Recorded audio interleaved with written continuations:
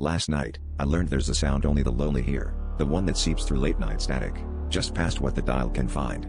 I used to let the radio drone while I drifted off in my tiny apartment, the white noise comforting, like waves against my insomnia. But around 2 a.m., something changed.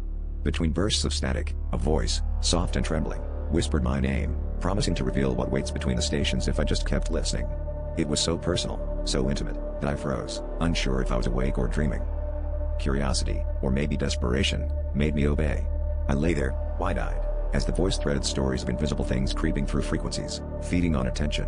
The air in my room thickened, the static pulsing in time with my heartbeat.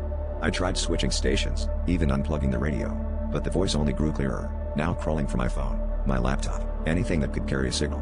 My name became a chant, stretching across the bandwidth, promising I was almost ready to see.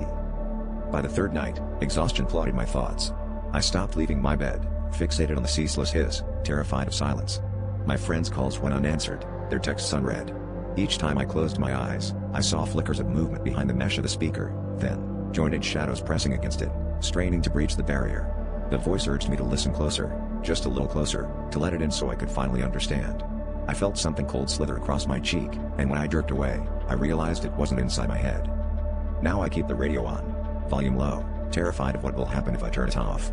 Static infects everything. My dreams, my thoughts, even the spaces between words. I'm not alone anymore. Something listens with me, humming just below the frequencies you can hear. And tonight, as I record this, I can see a fingertip pushing through the speaker's mesh, stretching the fabric between this world and whatever waits in the dark between the stations. If you hear your name in the static, don't listen. Please, don't let it in.